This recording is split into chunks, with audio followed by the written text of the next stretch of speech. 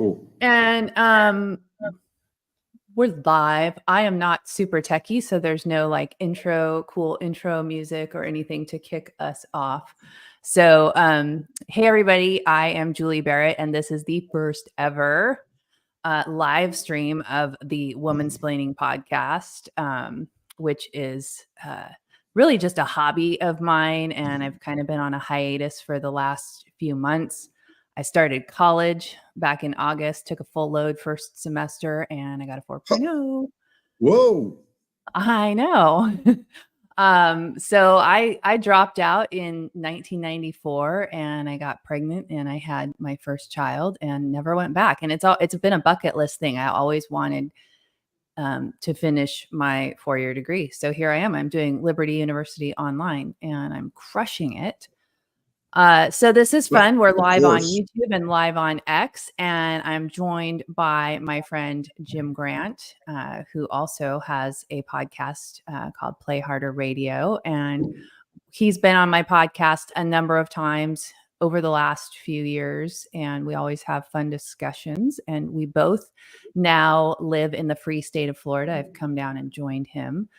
But when we first met up, I was still living in Washington and went on Jim's podcast to talk about our family's experience with Washington's anti-parent laws and how we lost our daughter to Washington State. And so that was our connection. And then I ended up moving down here and we've stayed friends. And now we have Florida politics and a bunch of other stuff in common. So Jim, thanks for joining me and thanks for doing this live stream with me today. I'm super excited for us to chat again. Well, thanks for having me, Julie. We Play Harder Radio's kind of been on a hiatus as well. I felt like we were talking beforehand about different people on X and everything, but I kind of felt like I was in an echo chamber doing my podcast, because I felt like I was just saying the same things that all the big guys were saying and just repeating the same stuff. And I wasn't really necessarily talking about solutions. I was really more just bitching. Yeah. And then complaining about what was going on. I was angry. Because I was following it a lot, right? Like a lot. Right. To do the podcast, and I was angry all the time. And that's understandable. I had a guy, I'm a Christian, but I had another friend that's a Christian on the show. And he said in the middle of the podcast one time, he goes, well, I'm a Christian, I'm going to heaven, so I don't really care. And I blew up on him. And I said, that is really a C word of an attitude, Pat. And I'm like, this show's over, F it. And I shut the show off that day. I quit that broadcast like on the spot. I was so mad. Was that your last show? No, I think I did a few more after that. But then I was just realizing that I was just too angry and I wasn't really I didn't feel like I was having the impact I wanted to have. And, but as I've been out and about over the spring and the summer, a lot of people are like, man, are you still doing your show? And I miss your show. What's going on? I love listening to you. And I'm like, I wish I'd have known people loved listening to me then, because, these people were not people that I normally saw. Sometimes you feel like you're doing it and you're just like, doing it to hear yourself talk.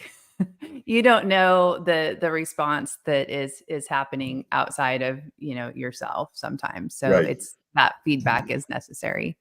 Yeah. So it was, this is, I think we just connected, both being parents and just having it was heart-wrenching for me to listen to your story.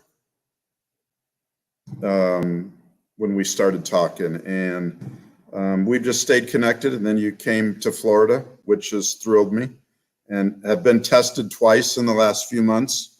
Pretty good with the weather, but have seemed to have come through pretty Everybody well, forgets about Debbie in August, and we had severe flooding in our neighborhood from Debbie in August. Yeah, see, I don't even know that I talked to you then about that.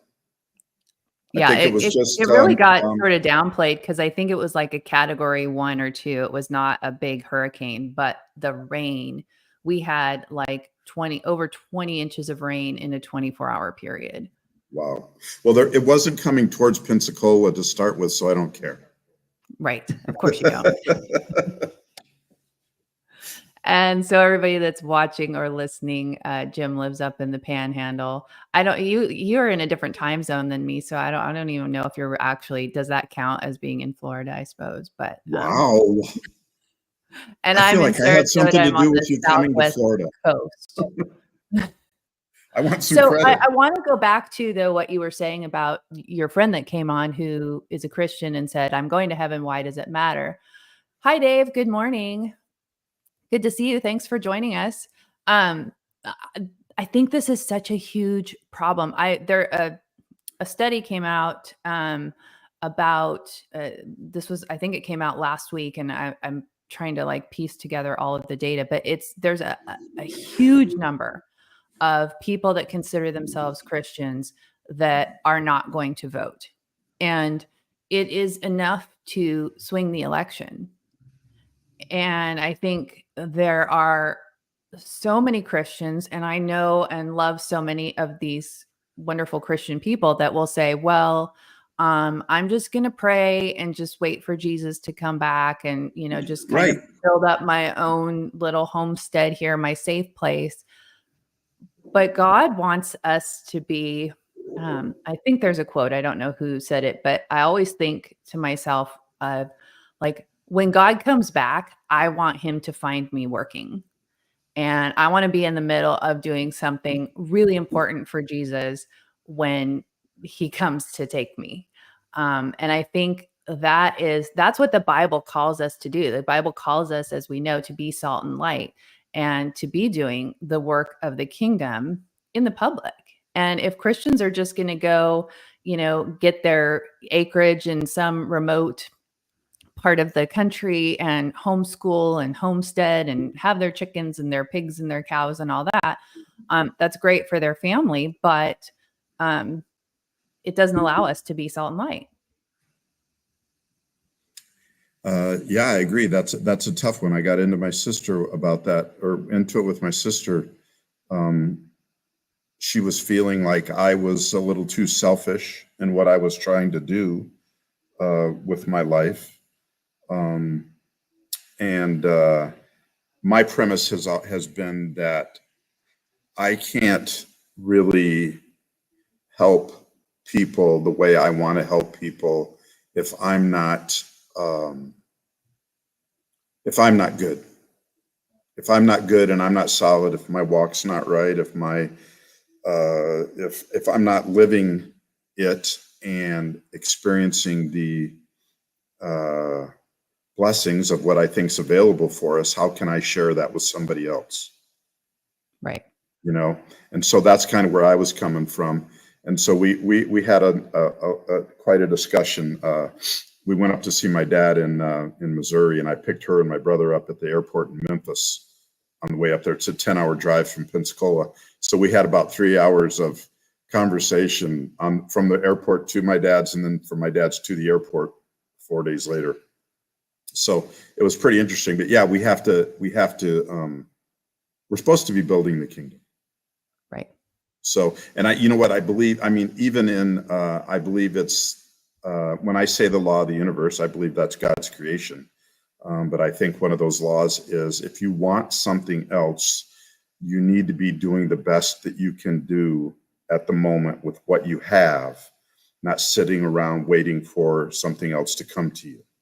Right. I think more comes when you're grateful for what you have and you're doing everything that you can do with what you have at the moment. Yeah. And, praying without working doesn't usually result in much fruit. Right. And so if we want to produce fruit, we have to be willing to pray and also do the work and be the hands and feet of Jesus in our communities. And that looks like different things to different people. It doesn't It have to does. be, talking on, a video or a podcast or, for, as you know, with me, I'm very engaged in policy at a state level. And I testify and I, am pretty loud and outspoken about my beliefs. Not everybody has to do that. It can be, quietly emailing your friends. It can be educating people that you go to church with, or people that are, other soccer moms or soccer dads, or, whatever it is. It doesn't have to be what I do or what you do. It looks different for everybody. I think you're right. It doesn't have to be. It is different for everybody, and I think the walk is important. Your day-to-day walk and how you're behaving and handle yourself, and one of the girls, I've tried to not get. I hate to say that as a right winger, as a Did you say straight white right. winger? I was getting to white, but I said right. A white right wing, straight white male right winger, You're that gonna I have a would get tongue triggered twister because there. that's for the left to get triggered. But I get triggered into saying things I shouldn't say. A girl called me out yesterday, I think it was, for kind of name calling. It was Gen X Redux at Cactus Cat 236. So I'm giving her credit. And we kind of had it back and forth, and she goes, I came off as she thought I was a socialist, or I came off completely bad, You? because I called the guy. The guy says I'm not for Trump, and so I think that Kamala Harris upholds the values of the Constitution in the United States. I'm a conservative Christian, but I think that Kamala Harris upholds the values of the Constitution and of the United States better, the better of the two candidates. And I was just like, You're not a conservative Christian. I'm like, yeah. I'm like, and so I slipped. I can't remember. I could call up the post, but it'd take me a minute to find it. But then I messaged her, and we had a discussion back and forth. She said, "What makes you call names and everything like that?" And I couldn't think of anything snappy because I kind of knew she had me for name calling, because she really. One of the things I try to do, it's very difficult. My sister's in that conversation in the car, she said I wasn't very good at it, but I try to be impeccable with my every thought, word, and deed, something I strive for, and which is very difficult. Yes, And I wasn't in this instance. And I messaged her after our little conversation on X and said, "Thanks for calling me out. I deserve that. I don't mean to be that way," because I didn't portray what I wanted to portray. I think that's good when, like, we have to be humble enough that we can admit when we are in the wrong, and it is difficult, especially on social media and when heated conversations get heated, because these issues are so consequential for the future of our society, that it's very emotional, and it's easy to get emotional about the issues and respond in a way that really isn't true of our character. Right.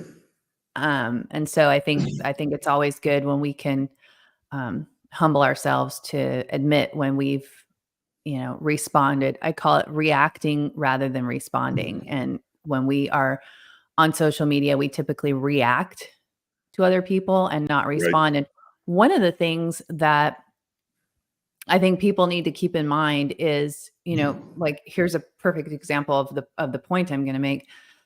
Yesterday, like, a Tampa newspaper posted on X about the DeSantis press conference regarding Amendment 4, which is the abortion amendment.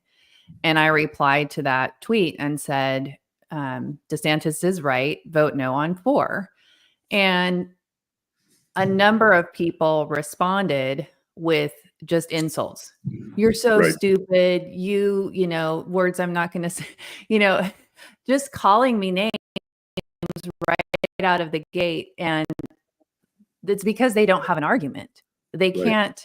And I'm happy to engage in a respectful debate or dialogue about abortion or any other issue for that matter. But when you come out calling me names right out of the gate, that just tells me that you don't have actual talking points to defend your position. And I think in people like that just call names or respond in just an antagonizing way, that's the entire point of their response to us. They want us to react. They want us to have an emotional reaction and react in a negative way to them and match them with that name calling. And we have to take a step back and not take the bait. Right. I agree. You know, and you said a few minutes ago when I first said what happened, that we have to be open to have made the mistake and admitting to it, that we were wrong in the instance. And you know what? I don't, except for the most unreasonable, I'll put it that way, except for the most unreasonable people, there's very few people that it doesn't make everything okay. That saying, I'm sorry, I was wrong, I apologize, I'm sorry, doesn't make everything pretty much good to go. Doesn't Right. erase it all. And then move forward from there. To be able to do that and say that in friendships, in business, in whatever, you know, I'm sorry, I was wrong. You're right. Yeah. And I You know, think, especially in the political, as far as politics go, so many people over the last 8 years have lost friendships, have lost family relationships as a result of politics. I know I have. I wasn't political at all before 2016. And when I started hearing Trump and his, drain the swamp and really seeing the corruption that was our government, because I was busy. I was a single mom before. I was doing my own thing. I didn't have time to pay attention to politics.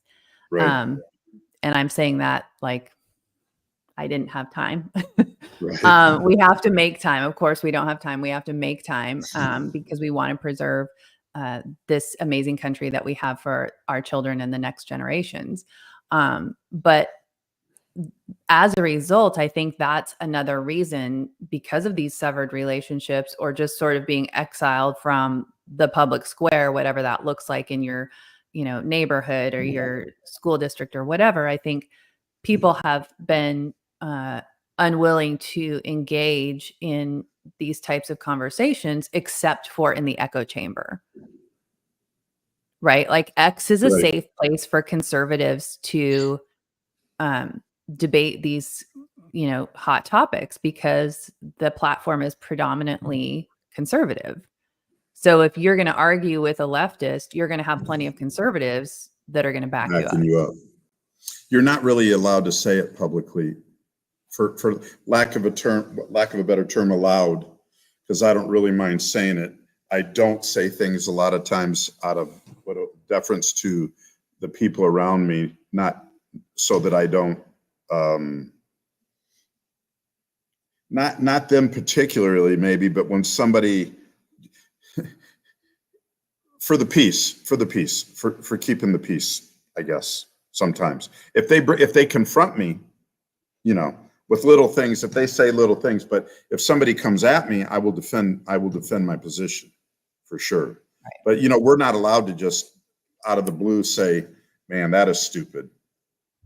I can't believe that that Harris is what kind of idiot is that? We're not allowed to do that. Trump, you're allowed to slam Trump 6 ways to Sunday, no matter where you're at. But yeah, the rules aren't the same. So I want to talk about Trump because that's one of the things. Thing. Oh, okay. Go ahead. Before we on this, I don't know if it ties in or not, but you said Christians staying home. It's been one of my pet peeves for, I don't know how long we've been doing this, 8 years, I guess, is Christians staying home and not voting. Yeah. Because of somebody's in the beginning, because of Trump, he's not the kind of example. And I'm like, I don't need somebody to legislate my morality. I just Right. need policy. I need good policy. And so, I think they do have to get out and vote. And he actually made a pretty, not reasonable, a pretty excellent post asking for Christians to get out and vote yesterday, I think it Right. was. I missed So that, but that's great. And it and was, that's where I wanted to segue to, is talking about Trump and the Christian vote. And even, people who have been, I would say, not necessarily diehard Trump supporters, but pretty, have very willingly supported him in the last two elections, that are like, you know what, he's gone too far to the middle on some of these issues that I care very deeply about. And, for instance, the issue of life and abortion. And he's made some comments that are concerning about gender affirming care. And yes, I am pro-life. I would love to abolish abortion altogether, and I say that, um, I proudly say that I would love to abolish abortion. And that's a hill I will die on. Um, and so I don't like that he's pro-choice, but I loved what he did. I love that he overturned Roe v. Wade, and I love that that was a promise that he came through on. I've never really thought of him as being pro-life. I think he believed that abortion is a state's issue, not a federal issue, and that was why he wanted that overturned. right, And I appreciate that he did that. And like you already said, as Christians, we're not voting for a pastor. We're not voting for somebody that represents all of our Christian views, but we do have to, and I know people hate it when this is said, we do have to vote for the lesser of two evils. And we have to pick the person that's going to uphold at least some of our values. I mean, Kamala, is not in alignment with any of my values. right. None. Trump will protect our border. I've seen that she's in 2 churches this week. Churches had her in speaking. Churches? Yeah. And I'm like, what? I asked one of them, I'm like, please. I found out who the head pastor was or something. Bishop Rosie. Oh, well. Bishop Rosie. And Michigan? And it might, I'm being, did they have communion with Doritos? It might it's the image you might conjure up, Bishop Rosie. Yeah. Anyway, but I'm like, please help me out with which Christian values had you bring in the most pro-choice abortion up until birth candidate the ballot's ever seen, type of thing. And then please talk to me about not abortions and gender transitions without parents' knowledge. Right. So please help me out with that. And, the fact that she supports the trafficking of children for abortions and for so-called gender affirming care, which is legal, as you know, in many states, including Washington, California, New York. They all have, Maine, even, they all have this shield law that allows children to be brought in from other states for these kinds of services. And she supports that. She champions that. She supports, transgender surgeries for prison inmates paid for by taxpayers. Illegal alien prison inmates. Right. But they support illegal aliens voting. They support everything that is antithetical to the Constitution of the United States. Listen, abortion's the only thing they got to talk about, and hating Trump. That's their whole platform. My friend said the other day, he goes, I just saw a poll, top 2 things. He goes, what do you think the top 2 things for the left is in this election? I go, abortion. He goes, yep. And I go, and I don't remember what I said about number 2. Is gun control on there? Something like that. Trump, hating Trump and abortion. And I'm like, why is why is abortion even, see, they're just using it as a talking point because it's not an issue in a federal election because it doesn't apply, just like her saying, I'm gonna, make abortion legal in all 50 states up until birth. Harris saying something like that. No, you're not. You can't. The Supreme Court, what was it? Summer 22, 2 summers ago, decided it's a state issue. I don't even, why are we allowing them to talk about abortion? It's not on the ballot. It's on a federal level. Right. On a federal level. So, and then the second thing is, you saw her, now I happen to love Tucker. I know friends of mine, friends on X, despise him because just as a grifter because he supports Trump. I happen to think he's a good American and a good person, a patriot that loves America. But you saw her on his interview with him, Harris's interview with Tucker was Trump, Trump, Trump, Trump, Trump, Trump, Trump, Trump, Trump. She did an interview with Tucker? Harris? Are you talking about Brett Baer? No, that's what I meant. That's what I Okay. meant. Sorry. That's what I meant. Sorry, everybody. I was like, Brett I Baer. missed the Tucker Harris because that would be great. I would be be shocked if she went on Tucker. Leading a lamb to the slaughter. I mean, that would be. Yeah. But it was just Trump, Trump, Yeah. Trump, Trump, Trump, Trump, Trump. Right. Right. Yeah, and she it's all they couldn't got. defend her own policies. She turned everything over to Trump when she was asked direct questions about her policies. I want to talk about this question that I put up on the screen. The question that sticks with me is, how do you get above the hate? And I don't know if I'm interpreting your question correctly, but it is like on pretty much any topic of the big issues, right? Whether it's abortion or illegal immigration or gun control, which is the anti-2A policies and stuff. If you, even school choice, it doesn't seem to matter what it is, but if you hold a conservative position on those issues, there is hate from the left and there's hate from, I would say, the establishment right, kind of the, I guess, rhinos, if we will. I kind of prefer to call them trans Republicans. And so you can't have. Don't you have to call them trans Democrat? No, because it's the opposite, right? I guess, yeah. So a trans woman is really a man. So a trans Republican would really be a Democrat. Right. Okay. Thank you. You're welcome. I'm happy to educate. But I think like that's so true in our society. I remember when I was in Washington, you didn't dare put like a Trump sticker on your car, even a American flag outside your home.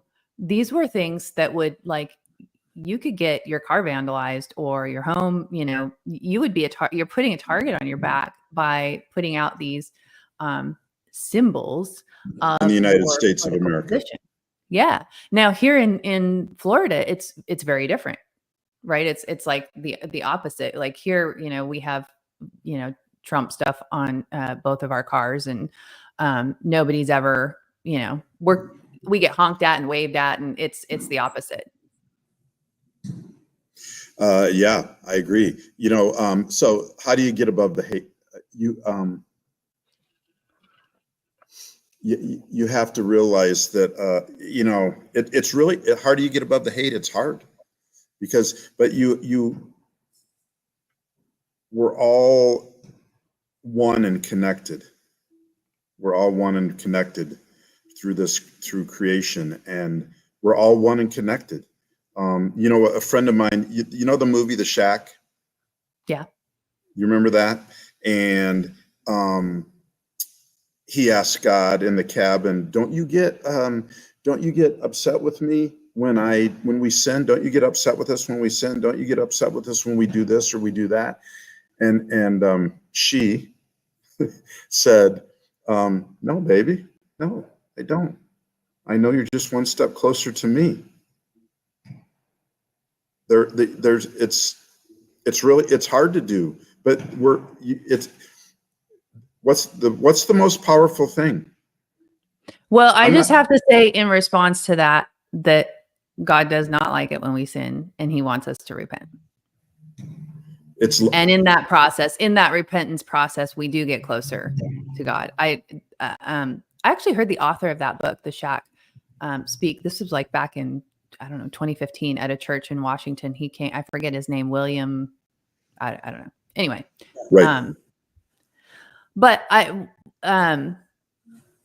heard something the other day, maybe it was Sunday at church, and God wants as many people saved as possible. That means that God wants even the people that are transitioning kids, people that are murdering preborn babies, all of these people that are, these violent criminals that are coming across our border. God loves them too, and God wants them saved too. And that's really easy for us to forget.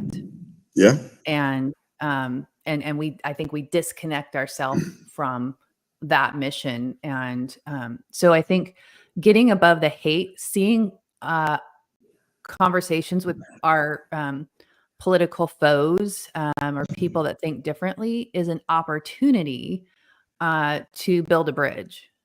And, when somebody, responds to you emotionally or calling you names, don't meet them at that level. Just respond, stick to facts, try to take emotion as much as possible out of your conversation. And that's hard because we are all very emotional. We all care very deeply about the things that we believe in, especially when it comes to life. Do you think that we can do you think we get to a solution through something for somebody to ask themselves? Do you think we get to a solution with hate back or with love back to their hate? Which is going to provide the solution? It's easy. I want to be that. It's easy. I'm trying to make it the old me, but I want to slam your ass. I want to slam you. I want to put you in your place. But it's not. It's about resisting temptation. You know what? It does. It destroys us when we do that. It destroys us when we do that. It destroys us, and I think it diminishes our message. We don't forgive people for them. We forgive them for us. Right. That's true. We don't necessarily, this sounds, I don't know if this makes sense, but you don't necessarily pray for them. Pray for them for us. It's a double-edged sword there on the, it's for both of us. Right. We pray for them out of obedience to God, and we want to be obedient to God, and we want to please God. Like I said, we were talking earlier, it's our example. You can't, nobody can see it. You're not spreading the word that way. Right. With hate, I know a lot of Christians, and I get it. I'm with it. Patriots, Christians, whatever. Oh man, I hate them. I hate that. Hate's a strong word, but yeah. But we throw it around like it's not. Yeah. We do. And words are powerful. Yep. It's awful hard to everything that Kamala Harris says to say I love you back, but it's kind of the attitude. I know, impossible. Don't throw up in your mouth there. Right. Thank you. So our church, my pastor, from my asking, he did do a sermon a couple of weeks ago about the important, I think it was, would the Apostle Paul vote? And so the whole sermon was around the responsibility that Christians have to vote. He talked about Amendment 4. I did a video with the church on Amendment 4 that was played during the sermon. And the response from the people at the church was amazing. The pastor was so afraid, like, how are people going to respond to me doing this type of a sermon? And overwhelmingly, people were so grateful to have the leadership and the guidance of their pastor regarding elections. And I think very few pastors are doing this. What are you hearing? What do you hear from people? Do you hear about this happening in churches? I know in Washington it's very rare. I hear more and more about it. It's always been a pet peeve of mine that I thought that the leadership of the church needs to stand up and say, no, this is wrong. No on 4. That's it. No on 4. There's no ifs, ands, or buts about it. No on 4. But what about no on 4? But what about no on 4? No on 4. And I believe that it needs to be,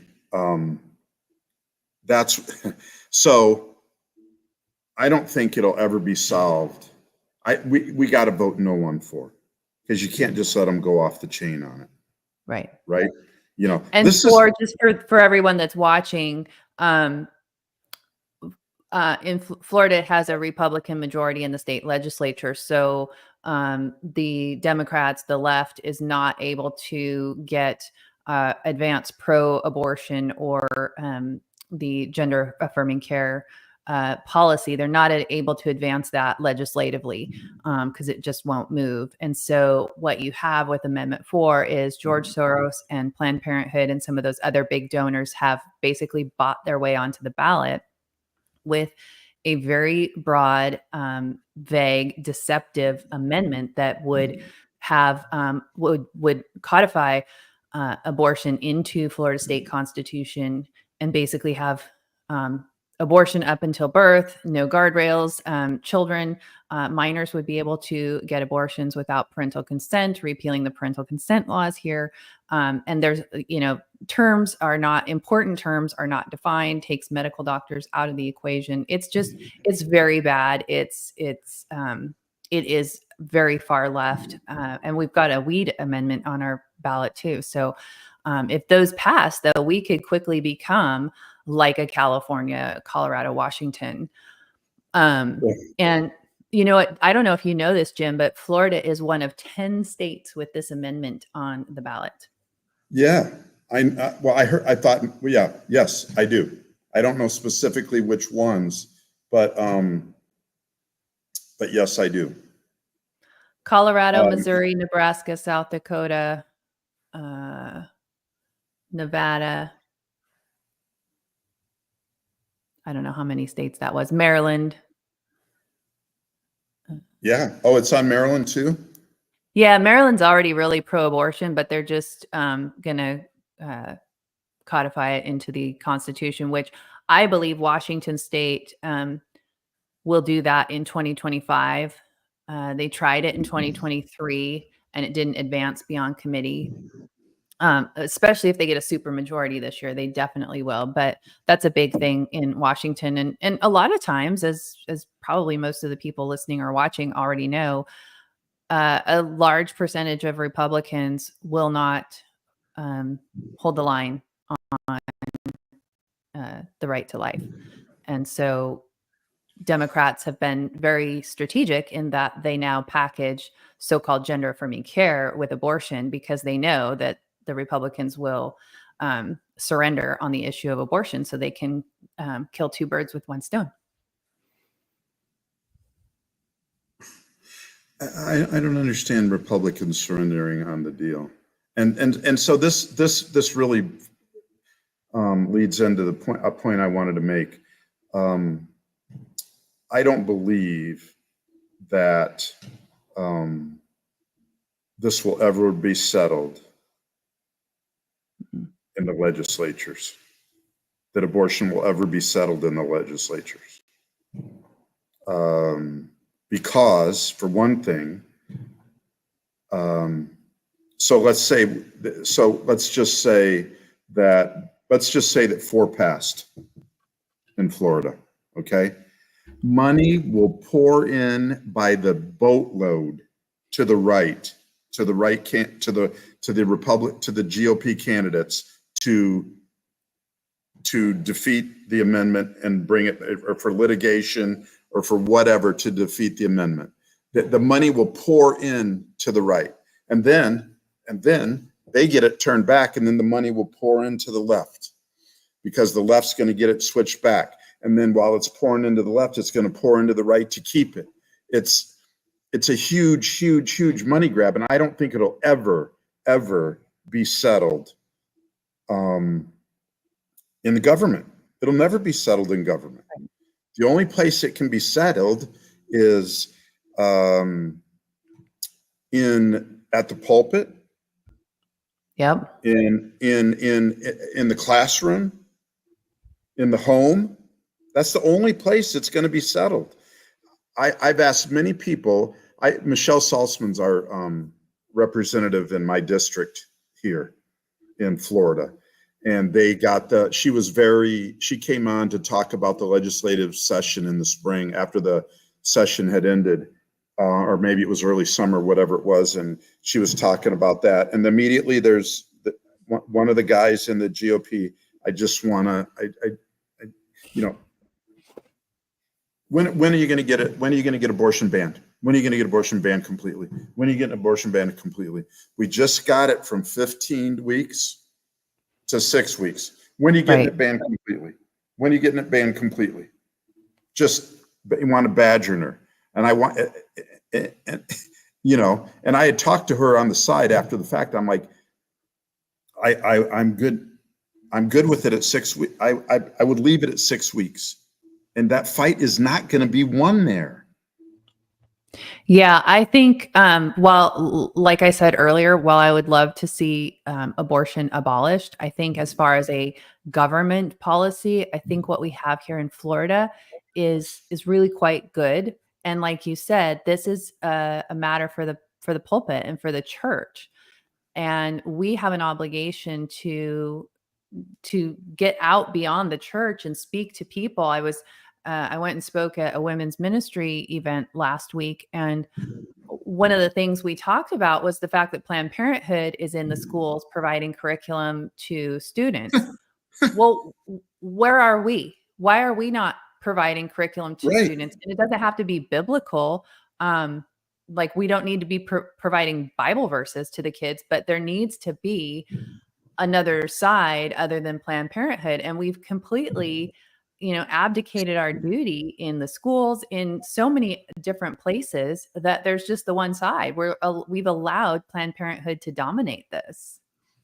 You said that people were so happy in your church that your pastor stood up and stood for what was right and true and just, right? Yep. And biblical. Right. And I don't think there's been I don't think there's ever been a greater landslide slaughter than the 2010 midterms, which was when the Tea Party came into being after Obama was elected. Do you know what the stance was then? It was strict. It was strict on pro-life, conservatism, fiscal response. I mean, it was strict, two-way without question, free speech without question, no taxation without, everything on the line, strict and principled. And people loved it. Yeah. And came out in droves for it. That's why I know that the silent majority is huge. And it's predominantly Christian. Right. I know. Exactly. As much as people don't want to believe that, it is predominantly Christian, and Agreed. Christians will show up in big numbers if you have a slate of, whether it's, top to bottom, the Republican Party or whatever it is, that's going to take a stand for something. Nobody likes squishy. I mean, think about that. The best way to kind of analogy for this is parenting. You know, if you are a parent that's going to constantly be moving the boundary for your kids and constantly be changing the rules, your kid's not going to respect you. Your They're kid's going to going to keep know they walking can up to walk the all bound. over you. They're going to keep walking up to the boundary. Yep. And the same goes with politics. If you're willing to, you know, well, a little, and this is like what goes back to our conversation last week, where you were saying a little bit of abortion is okay, a little bit of gun control is okay, a little bit of illegal immigration is okay. So Yeah, because where does Trump it said, stop? well, we might be even a little bit liberal. And I'm like, I'm not a little bit liberal. Right. You know, and so that's what led me into those, a little of each of those things, you know. Well, a little bit of grooming in elementary school is okay. Right. You know, I A mean, little a bit of little bit of, drugs is okay. yeah, a little bit, you know, a little bit of transitioning without the parents knowing is okay, you know. And so I think what we've been compromising, Julie, for 115 or 20 years, right? There's a new 1916 project. I don't know if it's new, but there's a 1916 project out there. Yeah, Seth Gruber's documentary. So whose is it? It's Seth Gruber, and it's gonna be live on X at 4 p.m. Eastern today. Everybody needs to watch it at Which Seth Gruber, I is think, or Margaret 1916 Sanger, Project. Yep. right? I mean, yeah, we have to stand on principle. But so yeah, you say, and you'll say, well, then I know I've got some friends out there. Then how could you vote for Trump? You know, how could you vote for Trump? And I'm like, because I feel like I have to do the next best thing that's available. I have to do the lesser of two evils, if you will. And you know what? I struggle with him too, because he did. You know who Tyrus is on Gutfeld, Mm-hmm. the pro wrestler guy, big dude. He did he did an interview with Trump, and I was really, Trump was sincere. I felt like he was being sincere in that and very down to earth in that. And I like Tyrus because I know that he is not he's definitely not a hardcore righty. Right. You know, but he believes in the thing. Listen, I've always said that 80 to 90% of us share 80 to 90% of the same values. The difference is, how do we want to affect change? Do we want to do it among us? Do we want to be our brother's keeper, or do we want the government to be our keeper? And people say, I don't trust the government. The government sucks. And they vote for bigger government with the left. You know, and so on the abortion issue, I think we got off there a little bit, but I think we got to quit fighting about it. I feel like it's the same thing as when Donnie Lemon thought he had Morgan Freeman. You know, well, how do we stop racism? How do we stop racism? Quit talking about it. That was his answer. You know, in the public, that public argument. That's another one of the laws, I believe, another one of the laws. The more you talk about something, the more of it you get. Mother Teresa, will you come to our anti-war rally? No, I won't. No. But if you have a peace rally, I'll come. You know? Well, and I think like the anti-abortion, pro-life side, they're good at doing like, you know, Rally for Life or March for Life or, you know, some of those events. I don't think we cannot talk about it because preborn babies are being killed. Not talk about it at church or at school or when we're educating kids or when we're teaching or but this public argument about abortion is just like the war on drugs to me. It just brings more. I mean, there's a very big concern about whether 4 will pass or not in Florida. Right. And that's up until birth. And and people can take my daughter, could take my daughter to have an abortion without my permission and knowledge. Right. Right. And Right. let me say this about that. You know, all that stuff I said about love prevails and all that. I'm not sure I could hold to that if you did Your that to love for my your child. daughter would prevail over the person that I think caused there harm would to your be, daughter. I think that school should lock down. It's just, I get what you're throwing down. you don't mess And with my, I've you been don't, there. You know, I've been there. yes, yes. You've lived it to, you've lived it to the nth degree. And, you know, I have to trust God for like, what's that scripture? I don't know the verse offhand, but you know, that to better to have millstones around your neck and sink to the bottom of the ocean than cause harm to one of these little ones. You know, I just Right. The have to little trust ones, not God the for adult vengeance. ones. What's that? Yeah. Yeah. For that. Yeah. For For the us adults. though. Yeah. Like that they will, you know, they will be not happy in eternity. Right. But I do want to I want to stay on this you know, with this amendment thing and kind of I think maybe this was what you were getting at with when you said we need to not talk about it. So in a state like Washington that's very pro-abortion and they already have very pro-abortion laws, and you have Republican candidates that are taking the bait where so and so is, you know, again is anti-choice and you know, against having reproductive freedom. And I love how they've rebranded this. The Democrats are great at branding. Gotta hand that to them. But and the Republicans will then come back at that with their no, I'm not anti-choice. I actually fought to keep abortion clinics open. Well, like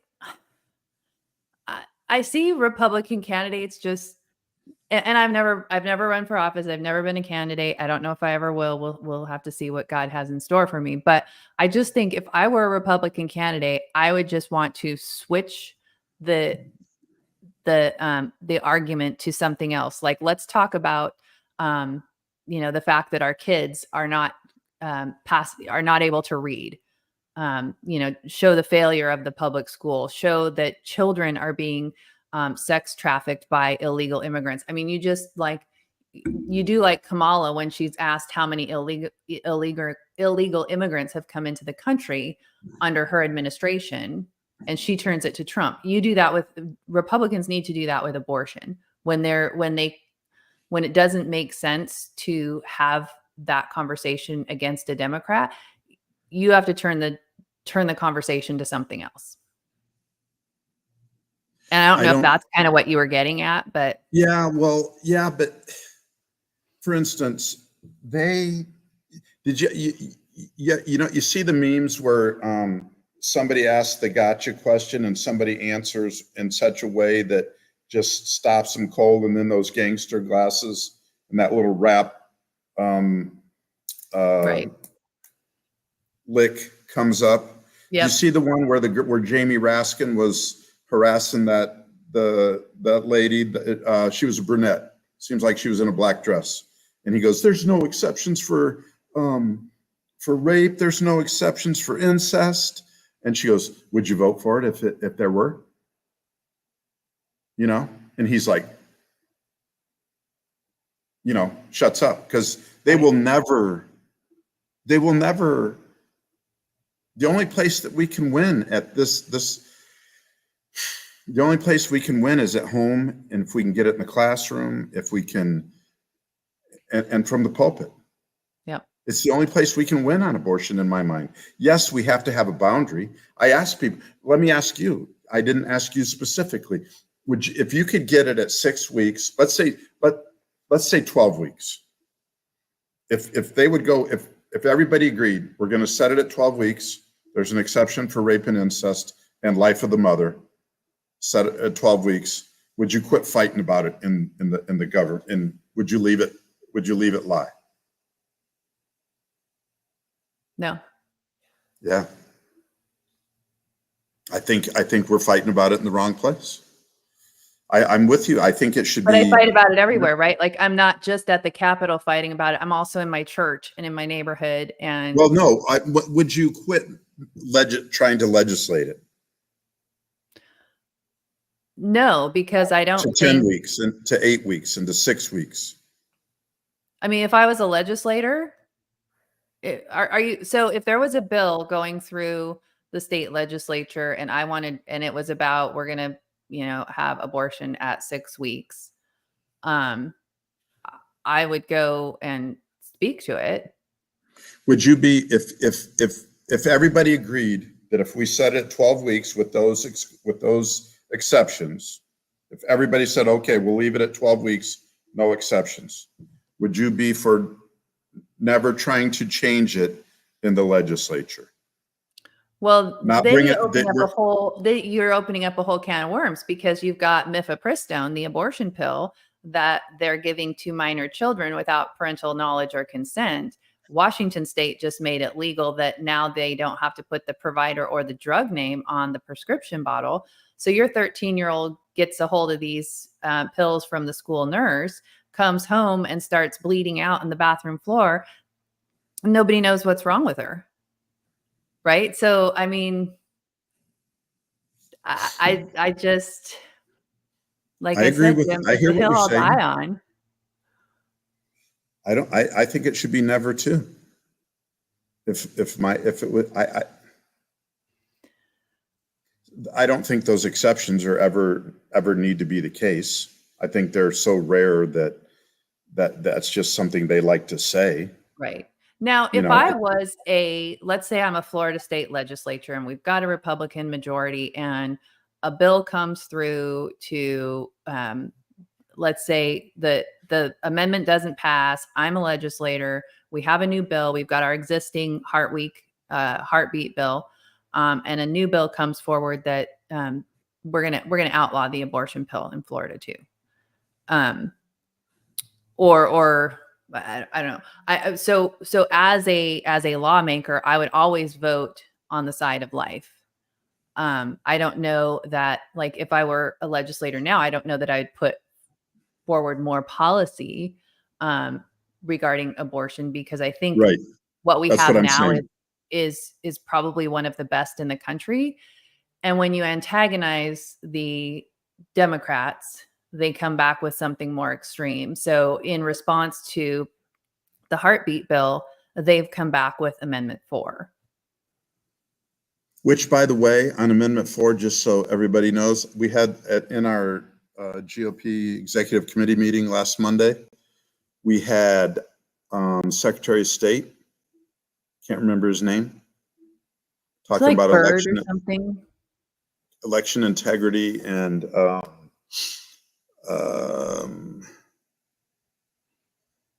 I just I drew a blank. Oh, Amendment 4. And about Amendment 4. And there's litigation going on which surprise, surprise, that a lot of these signatures were not legit. And so there's litigation going on that whether it will even stand if it passes because of the way the signatures were obtained and stuff. So, I mean, I was really impressed with this guy. He's really doing Florida right. He's definitely on the DeSantis train, That's awesome. So, I don't know if I told you this. Go ahead. When we moved last July of 2023, we went to the tax collector to get our driver's licenses, and there was a table outside the tax collector's office to collect signatures for Amendment 4.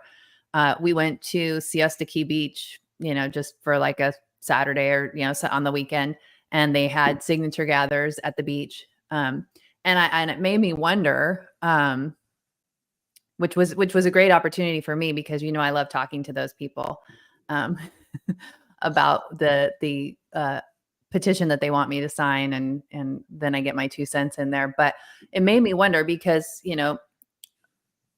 this area is such a big tourist area. did they gather signatures from tourists who are not Florida voters? But and the other point I wanted I to think make that's is they're part of all the. over. They were saying out of state signatures and such. So yeah, you know what you gave me, because I'm typically no. I'm just like no, and walk on. But I think my question might be, would you like to chance giving my daughter an abortion without my knowledge and me finding out about it? That might be my question. You should say no. Yeah. Exactly. Yeah, I just think it's so. I think we're getting used, and money's getting stolen from people Yeah. over it. It's all they have. It's the only thing they have. That's what's so pathetic, is that I would say that over 50% of their voters are voting left, specifically 70%, I don't know, for one thing: Yeah, exactly. abortion. And they don't even understand. I think most people don't understand how extreme it has gotten. I think we've gone so far from Bill Clinton's safe, legal, and rare. And people don't know that if they're not immersed in it. I think the people on X, people like you and I, we're consuming this kind of content every day. So we're really immersed in what's going on. But, normal people, unlike us, Right. aren't necessarily at that level. And Yeah, I think most of them don't have any idea what 4 is. I mean, I would guess that if you took a poll on, can you do an abortion on a child without their parents' knowledge? Can you do an abortion on your child without your knowledge? Is that okay? That would be overwhelmingly a no. right. Wouldn't you? Yeah. One of the things that was brought up by one of the doctors in the press conference yesterday was with Amendment 4, they can use any health reason to have an abortion. So it could be mental health, right? The mother's is suicidal and needs to have this abortion so she doesn't commit suicide.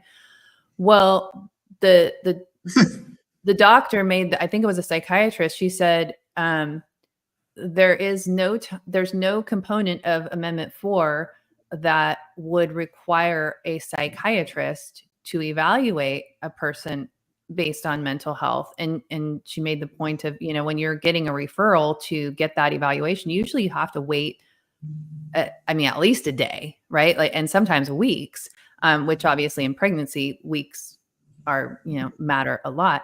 But Amendment 4 takes that mental health element out of the equation, and the provider, which does not need to be a medical doctor, can do the abortion just because someone says, can approve it, right? Can approve it. Yeah, they can approve it. Not necessarily do it, but so does that mean my trainer? Yeah. So it opens, it changes the definition of it doesn't change the definition, but it doesn't go along with the Florida definition of a medical provider. So a healthcare professional could be a social worker. It could be somebody without any kind of medical license that's working at your Planned Parenthood down the street. So it really, and people don't really understand all that makes it really unsafe for women and girls to have somebody who may not be skilled and qualified and have the experience to keep that woman or that young girl safe. Another point that I wanted to pick back up on your money making thing on this. Somebody said to me, I was in a conversation on X earlier today, and I think it was a guy, and he said, "Well, how come nobody's talking about birth control?" And I think that's, you don't hear anything about pregnancy prevention or birth control anymore. And the reason for that is there's no money in pregnancy prevention. There's no money in birth control. All of the money is in the abortion industry. This is about money. It's 100% about money and the fact that we have evil people that have no regard for human life. It's all about money. What That's the about same Plan with B? the transgender stuff too. How do you feel about Plan B? Well, I can't be pro-life and say I'm okay with Plan B. So Has life my been husband and I considered? had a really interesting conversation like a few weeks ago about what if someone that like takes someone we know, and he gave an example of someone we know. He's like, what if she got pregnant and, probably isn't in the best space to be having a baby? Do you think she should get an abortion?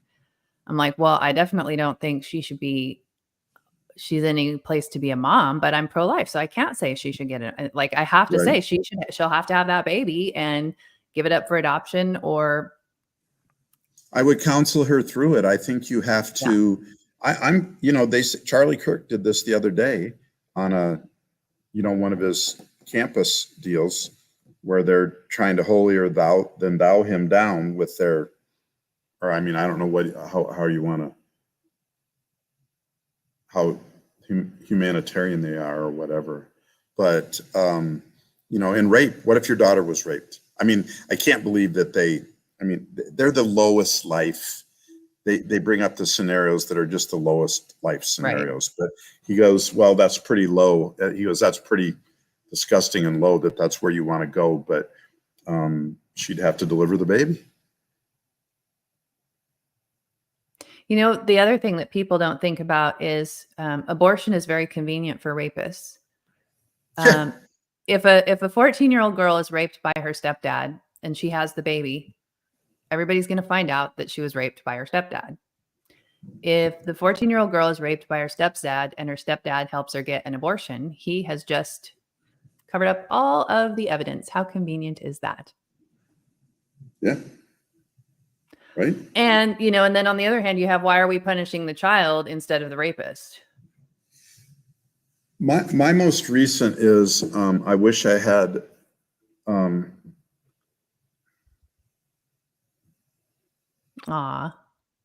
so that's George. George is 10 months old. He's curious. And and I have another one, Landon, who's 2 months old now. No matter when you do it, day one, 1 week, 2 weeks, 6 weeks, 20 weeks, up until birth, no matter when in that in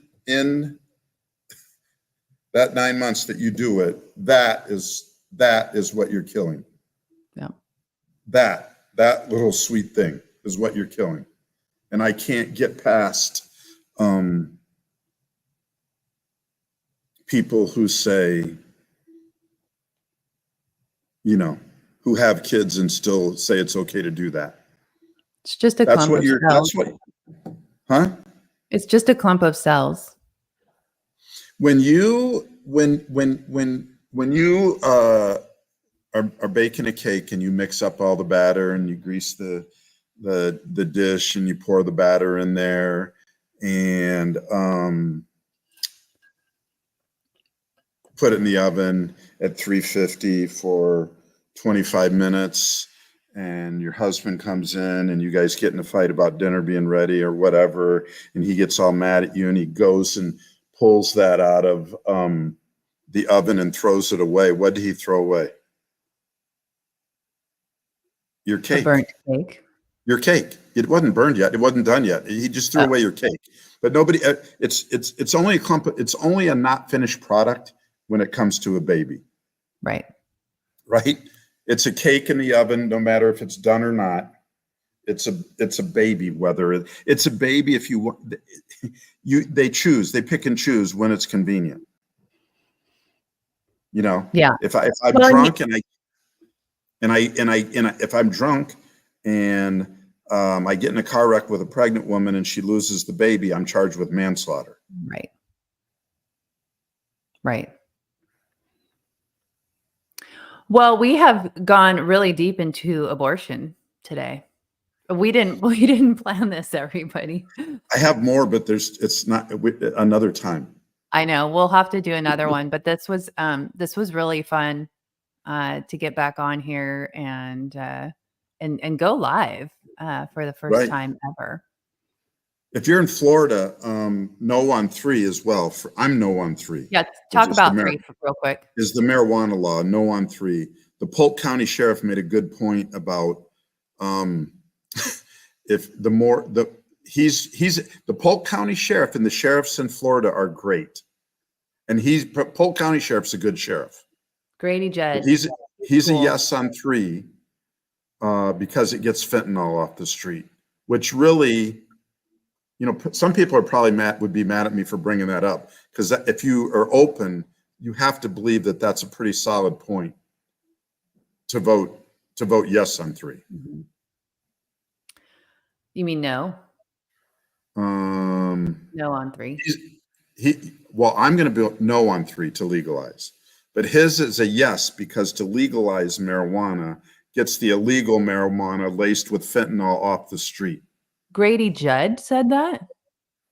I thought you said it was Polk. I think it was Polk. I misunderstood what you were saying. The sheriff said. I thought it was a sheriff that was saying no to it, and I believe Judd is a big no. Okay, so 3. It's somebody else. It's a yes on 3. Somebody. But my Republican senator, my state senator, Joe Gruters, is a yes on 3. He's one of the big supporters of 3, which does not make me happy. I try not to worry about it. I'm a no on 3. I'm no on 3. The Republican I saw what it did to Washington. What it did to Colorado. It was part of. Did you watch? I sent you that Rocky Mountain heist. I still haven't watched it. Sorry. So when you get a chance, I will. But it's part of the plan to steal the states. Right. You know, and some people I got. You know, Trump's for that. I've got good friends that are like, well, Trump's going to vote yes on 3, and doesn't bother me because Trump's doing it. Trump. I'm like, you know, and then Trump but they made the have point. To deal with the repercussions, and I don't say this to be like insensitive, but he is almost 80 years old, and he's not going to personally have to deal with it. And I also think a lot of these politicians have a lot of money. A lot of these big donors have a lot of money, and so they're able to insulate themselves and their families from a lot of these issues that impact us peasants, and people that have kids that go to public school or that are out, you know, more in the public square. We don't have some of those luxuries that other people have, and so I think we have to be really careful about whose endorsements we listen to when it comes to, you know, these ballot issues and candidate endorsements and things like that, because just because a famous person or big influencer endorses somebody, it doesn't mean that it's the right decision. Influencers, you know what? That's what's funny to me, is influencers. Influencers, celebrities, whoever. I don't care who it is. Pastors, I don't care. They don't influence my principles or my principles. Yeah. I mean, they're there. And you got to do your own research. You got to do your own fact checking and fact finding for yourself. Yeah, I agree. The influencers are, I mean, I know they're trying to make a buck, and I was pretty hard on a lot of the grifters that I feel like, you know, I mean, I don't feel like you're being honest to not acknowledge, you know, Charlie Kirk said, there's nothing you can say about Trump that would make me change my mind. There's nothing you can say. And I'm like, well, you know, I find that to be kind of disingenuous, because I think there's a lot you can say. You know. Well, is that right now with these are our 2 choices? Probably. Yeah, probably. But you know, I think you should be able to acknowledge. I think you need to be honest about it. I find a lot more compatibility with Shannon Joy being so against Trump, and these are the reasons why. She's not going to vote for him, I don't believe at all. And there's many of the DeSantis crowd that are not going to at all, or won't vote for him because. Yeah, I don't think that's good. And I just can't get myself there. I don't want to vote for him. I don't like his moves to the left, even if it's just, I don't, So are you voting for him, or you rather not say? No, I'm going to vote for him. Oh, okay. I don't like saying it. I begrudgingly, I'm going to vote for him because you know what? Because I don't want to chance the Supreme Court. I believe that the border will be closed. I think he'll bring oil production back. There were no wars under him. I think he'll end this insanity in the Ukraine. I don't know what the hell you do about the Middle East with Israel and, that whole deal. That's a whole nother rabbit hole to take a deep dive down. But I think the good thing, I think he brings some good things to the table that he was gonna do. I think he spends way too much money. Everybody said he didn't veto a single spending bill. He didn't veto a single spending bill. He spent, I think, Jordan Carr ran for our state Senate seat, who I supported in 22. And she was forced out of the Air Force. She was in intelligence, forced out of the Air Force because of the jab. And she believes that the military leadership, and I agree, is very left. I think the military started getting destroyed with the leadership, and stuff started getting destroyed with Obama. Yeah. And they say like Biden's the worst president ever. Well, I don't agree with that. I think it's Obama, most definitely, because it's basically still him. Right. Trump appointed Milley. Trump appointed Christopher Wray. Trump avoided Mike Pompeo. Mike Pompeo, I didn't have any, I said last week, I thought Mike Pompeo was okay. At least I'm not sure he's a bad guy. Tucker had a friend who saw the classified papers, and this was on Joe Rogan. Tucker was on Joe Rogan, and Mike Pompeo called him and essentially threatened him over that. Wow. Pompeo threatened Tucker? They were planning to kill Julian Assange. I haven't seen that. You'll have to send me that episode. Pompeo's. That's where these are the things that I think you should be able to be honest about. Yeah. And see, I'm probably maybe I'm doing damage. I don't know. And I'm taking you too long. Well, you're taking us to another place, and we're going to wrap up. So I think people should be able to be honest about the things that, I said to a lady this morning, she was accusing me of, she was accusing Trump of being best friends with Epstein. I'm like, that's not true. And, and what she's doing is accusing me of she's trying to attack me as a Trump supporter. Oh. And I said, I'm not a Trump supporter. I just want the truth. And I think the fact is, you can vote for Trump, and it doesn't mean you condone all of his life's choices for, his right. MAGA's accusing Trump people who support DeSantis of being for abortion because he signed the 6-week bill, because he didn't veto it. Because he signed the 6-week bill means he's for some abortion. I'm like, come on, man. Come on. Right. Yep, we do have to be wise and strategic in our battle and not cut up our nose to spite our face.